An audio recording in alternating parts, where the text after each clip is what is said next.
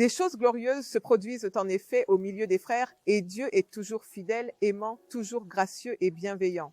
Sa fidélité dans la vie de son peuple est sans fin. Et tant que Dieu continue à faire les belles choses qu'il fait, nous ne nous lassons jamais d'aller partout vous apporter des histoires de la fidélité de Dieu pour stimuler votre propre foi, pour créer des miracles où que vous soyez dans le monde entier. Et donc, c'est contre toute attente. Nous allons faire une très courte pause. Appelez votre sœur, appelez votre frère, appelez tout le monde autour de vous.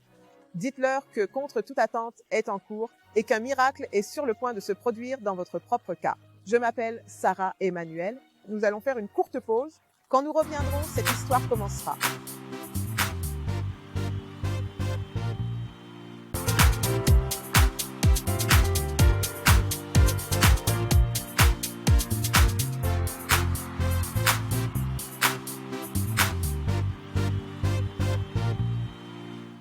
Bienvenue à nouveau. Si vous venez de nous rejoindre, c'est contre toute attente et nous sommes toujours à Abeokuta, dans le sud-ouest du Nigeria. Et aujourd'hui, nous avons un témoignage très beau et inspirant à partager avec vous. Vous allez rester assis là où vous êtes. Préparez-vous. Ouvrez votre cœur. Chaque clé que nous allons recevoir aujourd'hui est telle que vous pourrez l'appliquer dans votre propre situation ou circonstance et vous assurer de créer un témoignage pour vous-même. Je vais donc lui donner l'occasion de se présenter. Bienvenue, madame, sur le plateau de Contre toute attente. Merci beaucoup. D'accord. Je m'appelle pasteur Neka Adebizi. Je suis la pasteur de Christ International Elega ici dans la zone Sabon 3. Oui. D'accord. Pasteur, bienvenue sur le plateau et félicitations. Merci. Parce que dès que la caméra s'est ouverte sur vous, les félicitations sont de mise parce que tout le monde sait que vous êtes une championne. Oui. Parce que le siège où vous êtes assise, madame, est le siège des champions. Et partout où nous allons, nous créons un siège comme celui-ci pour ceux qui ont traversé certaines bizarreries ou défis dans la vie, ceux qui ont mis leur foi en action et ont produit des résultats. Est-ce votre histoire, madame? Oui. D'accord, c'est votre histoire. Et vous êtes également assise aujourd'hui, madame, en tant que ministre, parce que vous allez devoir vous adresser au cœur de cet homme, de cette femme qui est là-bas, probablement dans les mêmes circonstances que vous étiez, ou peut-être même dans autre chose. Mais une chose que nous savons, pour tous ceux qui sont dans cette émission, il y a une application de la parole de Dieu. Et donc, je suis convaincue que si vous pouvez montrer à cette personne le chemin de la parole aujourd'hui, peu importe la situation ou le défi dans la vie de cette personne, si elle peut appliquer le même principe de foi et la parole de Dieu, elle pourra reproduire le même résultat que vous avez. Oui. Magnifique. Merci. Donc, pasteur, sur le plateau aujourd'hui, vous allez nous raconter votre histoire depuis le tout début. Nous aimons entendre toutes les douleurs, tous les problèmes qui l'accompagnaient. Mais ensuite et surtout, il y a une conclusion qui, nous le savons, apportera la foi dans le cœur de quelqu'un. Oui, oui. Nous vous écoutons, madame. D'accord, merci beaucoup. Tout a commencé en décembre 2021. Nous venions de terminer l'IPPC et nous sommes revenus avec tellement d'enthousiasme pour porter la parole de Dieu au niveau supérieur. Et j'ai remarqué que j'ai commencé à avoir cette toux persistante. Bien sûr, c'était pendant la période d'Harmattan, alors j'ai pensé, oh, ça passera très bientôt. Et j'ai réalisé que la toux ne passait pas. 1 mois, 2 mois, je toussais toujours. Maintenant, la toux s'accompagnait d'essoufflement. Parfois, quand je toussais, je ne pouvais pas respirer en bas. Je me demandais quel type de toux est-ce.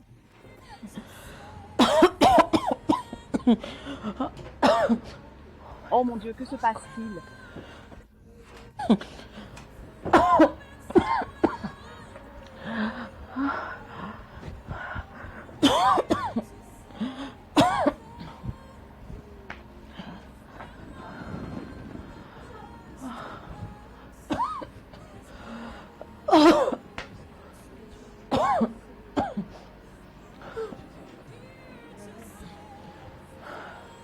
J'ai réalisé que je devenais très fatiguée.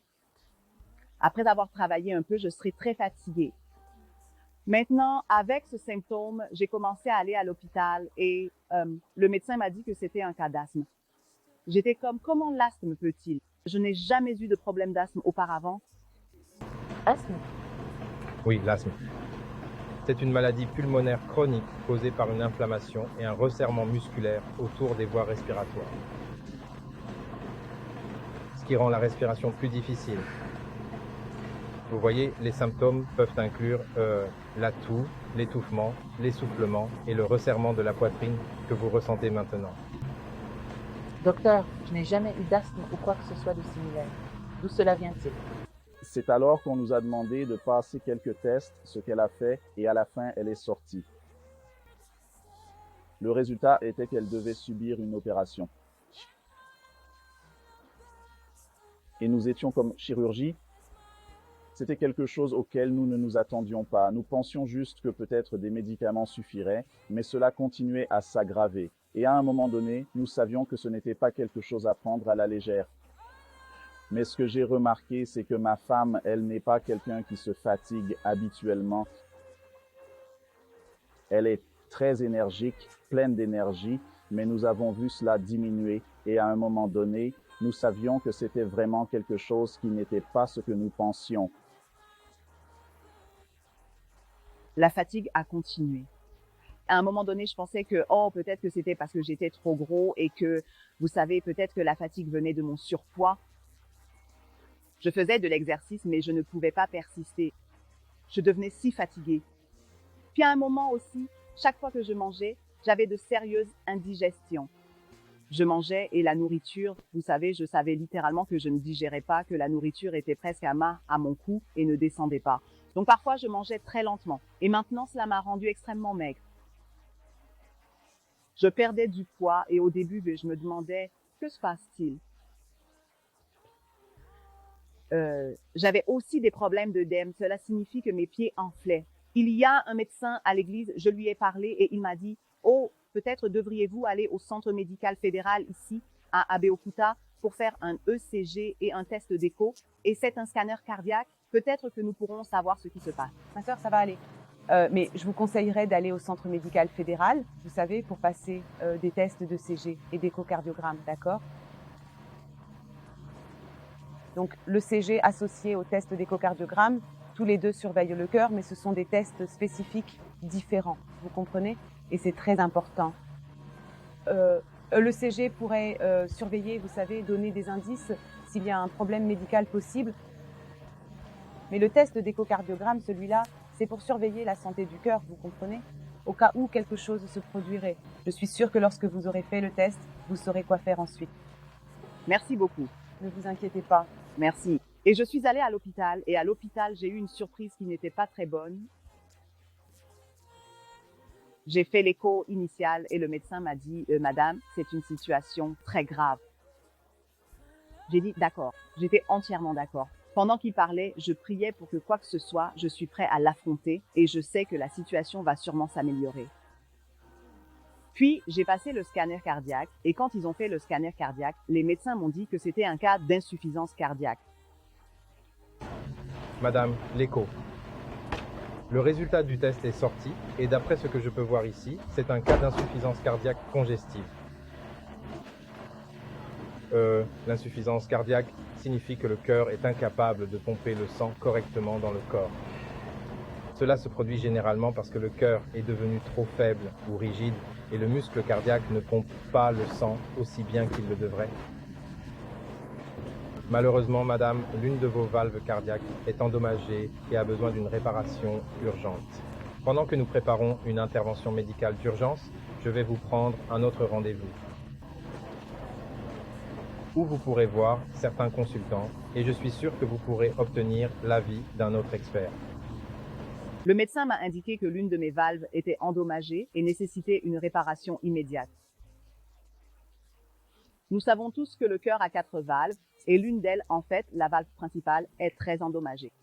Je suis retournée l'autre jour et 2 autres consultants et un cardiologue m'ont vu et en fait, l'un d'eux, le 4e médecin, m'a dit que cette situation est très mauvaise. Ce cas d'insuffisance cardiaque est vraiment mauvais.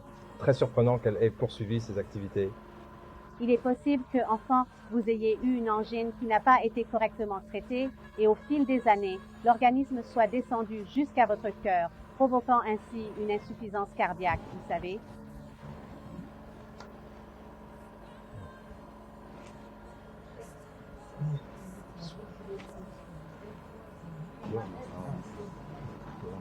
Ma maladie provoquait l'obésité dans mon corps. Mon corps est le temple du Saint-Esprit.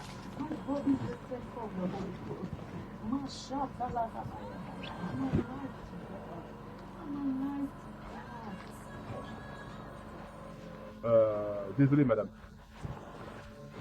Vous devriez même ressentir, vous savez, une douleur plus sévère que celle que vous ressentez actuellement. Croyez-moi, je suis surpris que vous ayez l'air, vous savez, un peu plus en forme. C'est, vous savez, une surprise pour moi car vous devriez traverser une douleur sévère. Qu'en pensez-vous? Et est-ce que vous avez dit que vous avez conduit vous-même jusqu'à l'hôpital? Oh oui, je me suis rendue à l'hôpital moi-même. Waouh, c'est une surprise. Avez-vous déjà vécu, vous savez, des effondrements mentaux, vous savez, quelque chose comme ça? Jamais? Non, Jamais? non. Ah, c'est surprenant. Vous savez, c'est assez choquant. C'est assez choquant. Parce que d'après ce que nous voyons ici, ce que nous avons en ce moment, c'est pourquoi nous discutons, je veux dire. À ce stade, vous devriez avoir été admis à l'hôpital. Peut-être, vous savez, pour être étroitement observé, vous savez. Donc, c'est choquant de vous voir encore marcher sur vos pieds et, vous savez, suivre votre routine normale. C'est une surprise. À ce moment-là, c'était moi et le Saint-Esprit et la parole de Dieu. Comme je l'ai dit avant, je suis retournée au message du pasteur. J'écoutais le pasteur, j'utilisais les Écritures. Maintenant, je savais vraiment et je comprenais l'Écriture où la Bible dit que si ce même Esprit qui a ressuscité le corps mort de Jésus habite en vous, et ce même Esprit revitalisera votre corps mortel. votre corps mortel. Cette Écriture est devenue vivante pour moi. À chaque fois, ce livre devenait vivant pour moi et je pouvais littéralement voir l'Esprit de Dieu m'aider à avancer, m'aider à marcher, m'aider à me tenir debout, car c'est ainsi que je me tiens maintenant. Je suis extrêmement fatiguée, mais je peux terminer tout ce que j'ai commencé. Puis parfois, je tiendrai. C'est à ce moment-là que lorsque vous arrivez à la chair, l'onction vient. C'est comme si je n'étais pas celui-là. Le sentiment pourrait venir, mais le sentiment écrasant de l'Esprit de Dieu est bien plus fort que tout. Et la parole de Dieu est devenue si vivante pour moi. Et d'une manière ou d'une autre, je prie, je prophétise à mes frères, et pourtant je sais que je me parle à moi-même. La parole de Dieu me parlait à ce moment-là. Oh, ça a été une livre, quoi. Et puis, il y en avait un. Et puis, à la maison, au front domestique? Oui, à la maison. Oui, parfois je suis dans la cuisine, je ressens cette fatigue. Dieu merci, j'ai des enfants adultes qui peuvent m'aider. Mais pendant toute cette période, à part le symptôme que je ressentais dans mon corps, les gens autour de moi ne remarquaient rien, car j'allais même travailler. J'allais au travail, je faisais mes tâches normalement, les gens autour de moi ne voyaient rien. Je faisais tout ce que j'étais capable de faire. Bien sûr, j'ai parlé à mon homme de Dieu et à certaines de mes sœurs qui priaient ensemble à ce moment-là, mais la parole de Dieu est vraiment devenue comme, je me parle littéralement la parole de Dieu à chaque minute, chaque heure. J'utilisais la parole de Dieu. La parole de Dieu était mon eau, était ma nourriture, était mon énergie, était tout. J'écoutais le pasteur à chaque instant et je remercie Dieu pour notre communion mensuelle. Le pasteur nous dira que la communion que vous prenez est plus puissante que n'importe quel médicament. Oui. Donc, en étant à l'église pour prendre la communion, je sais que je prends cette communion et je sais que le mois prochain, je reviendrai prendre cette communion à nouveau. Donc, c'est comme ma dose mensuelle lorsque je prends la communion. Vous savez, et je sais que, tant que je prends cette communion, je peux la prendre à nouveau ce mois-ci. Je sais que je serai bien pour tout le mois. Gloire à Dieu. Donc, à la fin de la journée, quand le médecin m'a vu, bien sûr, à la FMC, ils ont dit que la situation est très mauvaise. J'ai dû subir une opération cardiaque immédiate. Et ils ne peuvent même pas effectuer l'opération au Centre médical fédéral. Et ici, à Abeokuta, la FMC semble être le plus grand et le meilleur hôpital. Oui, l'un des meilleurs. Et ils sont incapables de réaliser cette procédure, cette opération. Et ils m'ont orienté soit vers l'hôpital universitaire Babcock, soit vers l'hôpital de l'État de Lagos. C'est l'un ou l'autre. Donc, j'ai décidé d'aller à l'hôpital Babcock parce qu'il est plus agréable, bien que selon le médecin, ce soit une opération très coûteuse. D'accord. Mais elle préfère aussi que, j'aille à Babcock parce que si je vais à l'U, ils me mettront sur la liste d'attente et ils veulent que je subisse l'opération immédiatement. D'accord. Vous savez, au F1, c'était le mois de mai, puis juin et juillet. Et je vais donc vous arrêter là sur cette pensée. Et je suis sûre que vous avez des questions qui vous trottent dans la tête. Vous vous demandez, c'est une pasteur, vous vous demandez avec toute la parole de Dieu qu'elle connaît, et puis vous voyez qu'elle parle la parole de Dieu, pourquoi cela ne fonctionne-t-il pas? Comment se fait-il qu'elle ne soit pas guérie? Mais ce n'est pas correct. La parole de Dieu fonctionne en effet, car souvenez-vous qu'un des médecins a dit qu'avec tous les symptômes, avec tous ces diagnostics, le symptôme aurait dû être plus prononcé que cela. Cela aurait dû se produire. Elle a dit non, ça ne se produit pas. Cela aurait dû se produire. Ça ne se produit pas. Vous vous êtes conduite ici. Oui, je l'ai fait. Cela vous dit quelque chose, que la vie que nous portons à l'intérieur de nous est en effet au-delà de la chair et du sang. C'est la vie de l'esprit. Nous allons donc faire une très courte pause. Quand nous reviendrons de la pause, je vous dirai comment entrer en contact avec cette parole de Dieu. Alors ne partez nulle part. C'est toujours against all odds.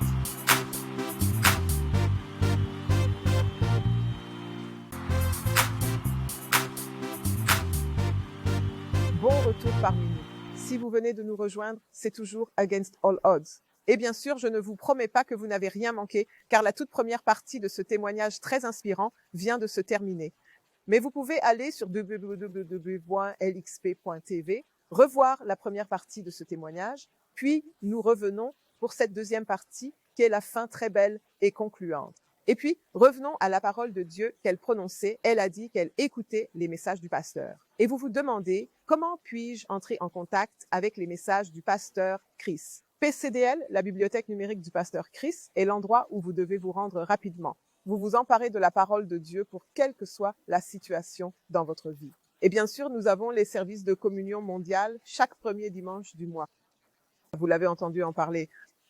Vous voulez en faire partie? Vous pouvez, en fait, si vous êtes dans la zone sud-ouest, vous pouvez consulter les détails maintenant sur votre écran. Ils vous diront où se trouve l'église de l'ambassade du Christ dans votre localité. Et puis, si vous êtes à Abeokuta, l'adresse de l'église est également là sur votre écran. Mais si vous n'êtes pas dans la zone sud-ouest, vous pouvez nous appeler. Le centre de réponse LXP est là pour vous diriger vers l'église de l'ambassade du Christ la plus proche de vous, où que vous soyez dans le monde entier. C'est important. Il a dit que chaque mois, je me souviens que le pasteur Nike disait que le service de communion mondiale était comme une dose pour elle pour le reste du mois. Et le Seigneur et son esprit l'ont portée jusqu'ici, jusqu'à ce qu'elle soit envoyée dans un hôpital où elle était censée subir une chirurgie à cœur ouvert. C'est là où nous en étions lorsque nous avons fait une pause. D'accord. Donc à partir de là, D'accord.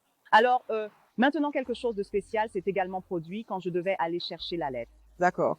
Pour aller à l'autre hôpital où j'allais faire la chirurgie. Maintenant, je suis allée voir le médecin et en venant, je pensais que nous nous étions rencontrés plusieurs fois. Et à ce moment-là, avant d'aller pour la chirurgie à cœur ouvert, ils m'ont donné des médicaments et que je devais utiliser avant d'aller pour la chirurgie. D'accord. Alors quand je me suis approchée d'elle, elle m'a regardée comme si elle me voyait pour la première fois. Et j'étais, vous savez, je la saluais comme quelqu'un que je connaissais. Comme dans « je te connais », ouais. Et elle était comme « ah, que vous avez changé, que vous avez l'air très bien ». Ah, je suis comme elle a dit, que faites-vous? J'ai dit, eh bien, le médicament que vous m'avez donné. Elle a dit, la personne qui prend ce même médicament que vous utilisez est en admission. Et il n'arrive même pas à reprendre le dessus. Et il doit s'améliorer un peu avant de pouvoir aller pour la chirurgie. Et vous avez déjà l'air très bien. Eh bien, dans mon esprit, je suis comme, oui, la parole de Dieu fonctionne. La parole de Dieu agit. Et je garde dans mon cœur que même cette opération du cœur, Seigneur, n'aura pas lieu maintenant avant ce moment. C'était en juin. En fait, nous sommes déjà en juillet en train de nous préparer pour le flux de guérison. Juillet 2022. D'accord. Et je regardais cette date arriver. J'attendais et étais prête. Donc, tout en préparant mes frères, nous avons été en sortie pour l'évangélisation, en préparant nos frères, notre localité, nos bassins pour le flux de guérison. Je me préparais également. Je me préparais. À ce stade, j'étais comme la femme à la perte de sang. J'avais pris ma décision, oui, je n'irai pas. Je ne pourrais pas faire partie de la ligne de guérison, où le pasteur va prier pour moi à l'écran. Mais en tant que partenaire, je vais être dans la salle. Maintenant, tout ce dont j'avais besoin, c'était de voir notre homme de Dieu. Et je savais que j'allais revenir avec mon témoignage. Maintenant, c'était juste ce dont j'avais besoin. Donc, pendant que je priais et préparais les frères, mon cœur, mon esprit, tout autour de moi était prêt pour mon miracle. Alléluia. J'ai fixé ma date. Je savais alors que ce vendredi-là, le premier jour du flux de guérison, c'est mon jour. Oh, wow. Et je reviendrai avec mon témoignage. Le flux de guérison, le service de guérison où l'homme doit augmenter votre traitement arrivait et nous avons orienté notre foi vers cela. Surtout, elle l'a fait. Et elle gardait toujours ses confessions, elle s'assurait toujours de noyer toute forme de doute en prononçant la parole et la plupart du temps, elle priait,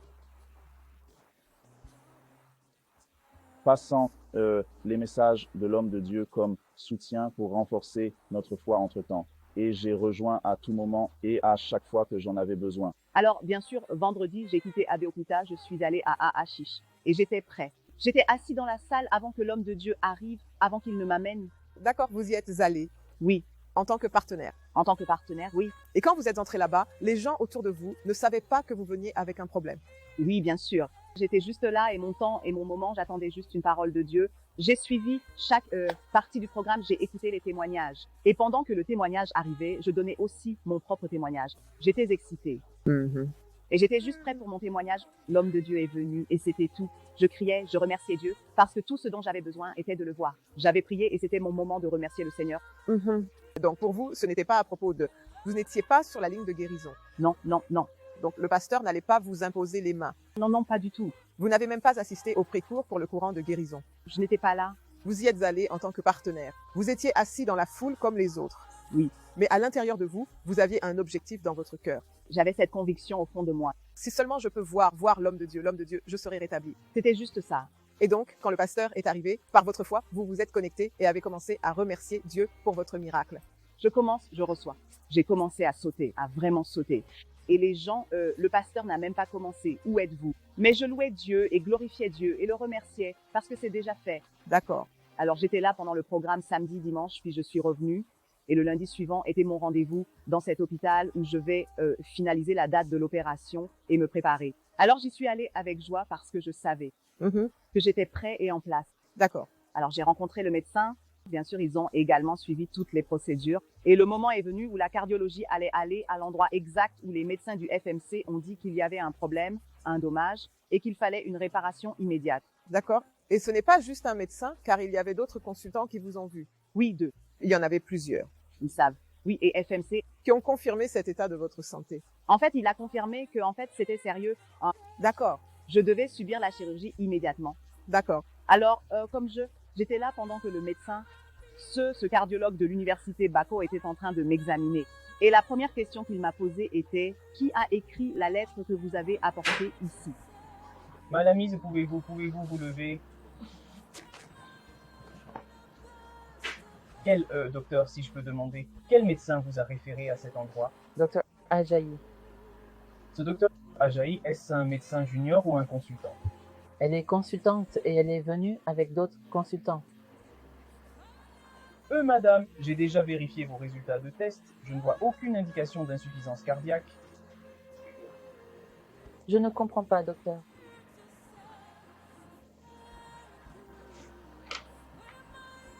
Madame, je ne vois aucune indication de votre insuffisance cardiaque. Il n'y a pas besoin de chirurgie. Vos signes vitaux sont corrects. Le diagnostic initial qui vous a été donné par ces médecins me semble être une très lourde mauvaise interprétation des données. Attendez, docteur. Dites-vous qu'il n'y a pas de chirurgie? Madame, il n'y a pas besoin de chirurgie ici. Tout ce dont vous avez besoin, ce sont simplement des médicaments pour vos symptômes. Vous n'avez pas d'insuffisance cardiaque. Votre cœur fonctionne correctement, fonctionne normalement. Vos valves fonctionnent correctement. Merci. Seigneur Jésus. Merci, Seigneur Jésus. Félicitations. Merci, docteur. Votre infirmière va venir s'occuper de vous très bientôt. Merci.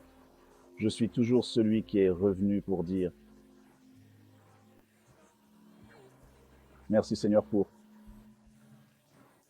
Au départ, j'étais comme, est-ce que ce médecin joue juste avec moi? Ou il a dit, madame, que c'est le dommage qu'il pensait que vous aviez, mais il n'y a pas de dommage. Voici le dommage qu'il pensait. Le dommage qu'il croyait. Vous aviez. Qu'il n'y a pas de dommage. Je vous examine maintenant et je sais qu'à l'université de Bako, ils disposent d'un matériel beaucoup plus sophistiqué. Équipement et tout ça. Des machines et tout. Et donc, qu'il a tout bien vu. Madame, vous allez très bien. Vos valves fonctionnent correctement. Que vous avez juste besoin de quelques médicaments et vous êtes en forme. Alors qu'il disait cela, je lui ai dit à nouveau qu'ils ont dit qu'il y a cet organisme que j'avais peut-être quand j'étais enfant. Il a dit, oh, je connais tout ça, que ce n'est pas le cas. J'ai dit, d'accord, vous dites que je ne vais pas avoir de chirurgie. Il a dit, non. Pourquoi ouvrirais-je votre cœur quand il n'y a rien de mal avec vous? Madame, votre rythme cardiaque est normal. À ce moment-là, j'ai dit que j'avais de sérieux problèmes. Si je marchais un peu, mon cœur battait si vite. Et ça prend du temps avant que je puisse me calmer. Il a dit, votre rythme cardiaque est bon, donc je n'ai pas besoin de mettre un stimulateur. Il y a quelque chose appelé stimulateur qu'ils peuvent mettre dans le cœur. Je n'ai pas besoin de le mettre. Alors il me disait que tous les problèmes de cœur, que ça allait, que c'était bien. Et à ce moment-là, j'ai juste dit, louant le nom, j'étais comme, waouh, c'est fait. Il a même appelé mon pasteur. J'étais comme, elle criait quand elle était comme. C'est le même pasteur? Oui, oui, oui. Je remerciais le Seigneur et j'étais comme, waouh. Il a dit, madame, vous êtes en parfaite santé. Alors il a dit, d'accord, je devrais revenir pour des tests supplémentaires.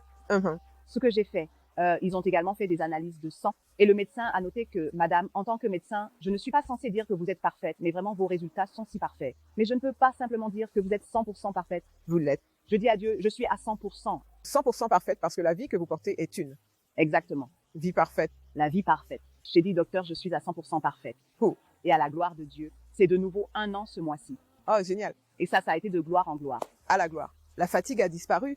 Elle a disparu. Tout pour moi Vous n'avez pas eu besoin de subir une chirurgie à cœur ouvert. n'a pas de douleur. Donc, et selon le médecin, le VEFMC, je ne suis même pas sûre si je n'ai pas la chirurgie. Mais la situation sera tellement pire. Et je ne sais pas si je pourrais atteindre 1 an. Et c'est 1 an après. C'est 1 an après et la parole de Dieu a prouvé une fois de plus qu'elle est puissante. Oui. Et ça fonctionne. Oui. À ce stade, pasteur Emma, là où nous en sommes, nous allons nous tourner vers la caméra. Vous vous êtes accroché à la parole. Peu importe les symptômes, vous êtes resté sur la parole. Oui. Malgré tous les rapports qui arrivaient sans cesse, la situation empirait, devenait de pire en pire, mais vous êtes resté sur la parole. Et la parole a produit le résultat. Je pense qu'à ce stade, il y a un homme là-bas, il y a une femme là-bas qui a juste besoin de vous entendre leur parler. Encouragez-les, madame. D'accord. Maintenant, la parole de Dieu agit.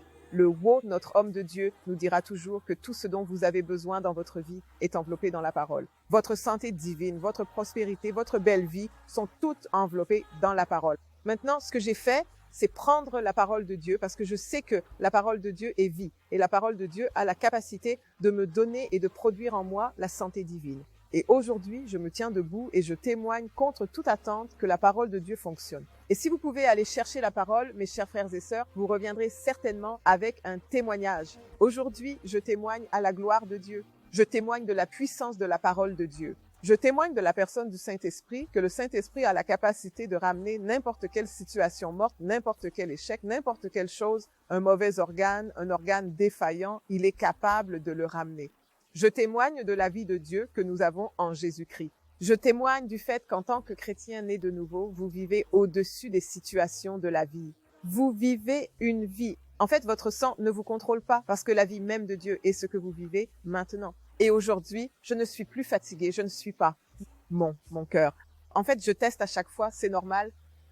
Et à la gloire de Dieu, je me réjouis et je suis vivant. Oui, gloire à Dieu. Et félicitations.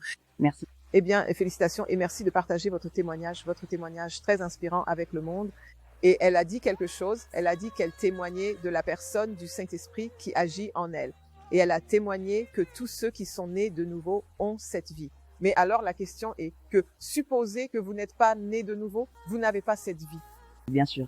Et donc c'est le moment où je vous appelle à la paternité de Christ et donc je vais juste prendre un peu de temps. Notre cher homme de Dieu va vous guider vers Christ. Comme il dit la prière, la Bible dit que vous confesserez avec votre bouche et vous croirez dans votre cœur. Faites juste cela et ensuite nous reviendrons pour conclure ce spectacle. C'est votre moment. Dites ces mots. Dites, ô Seigneur Dieu, je crois en Jésus-Christ, le Fils de Dieu.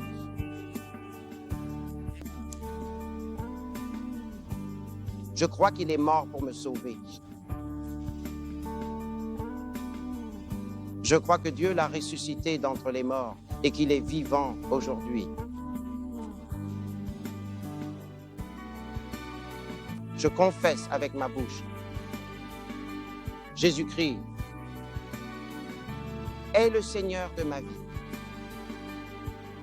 À partir de ce jour, et par ma foi en lui,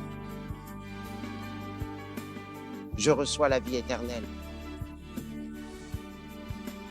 Dans mon cœur, dans mon âme. Merci Seigneur pour sauver mon âme. J'ai la vie éternelle maintenant. Je suis un enfant de Dieu maintenant. Je suis né de nouveau. Merci Seigneur.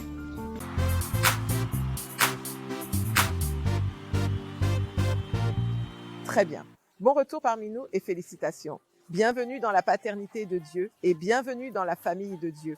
Votre temps commence maintenant. Cette situation qui vous confronte, cette circonstance, il est temps maintenant de commencer à vous nourrir de la parole. Et comme je vous l'ai dit plus tôt, parce que vous êtes né de nouveau, maintenant que vous êtes né de nouveau, il y a certaines choses que vous devez savoir. Il y a une marche que vous devez avoir en Christ. Si vous ne savez pas comment procéder, les premiers détails des églises de Christ Embassy autour de vous peuvent toujours vous être donnés par notre centre de réponse. Mais si vous êtes dans la zone sud-ouest ou si vous êtes à Abeokuta, les détails sont également là pour vous. Contactez n'importe quelle église de Christ Embassy. Commencez votre marche avec Dieu et commencez à vous nourrir de la parole de Dieu, car dans peu de temps, vous nous écrirez, vous nous appellerez et vous viendrez vous asseoir sur le plateau, sur le siège du champion et vous nous direz « Voici les défis que j'ai traversés, mais contre toute attente, j'ai triomphé. » Que Dieu vous bénisse.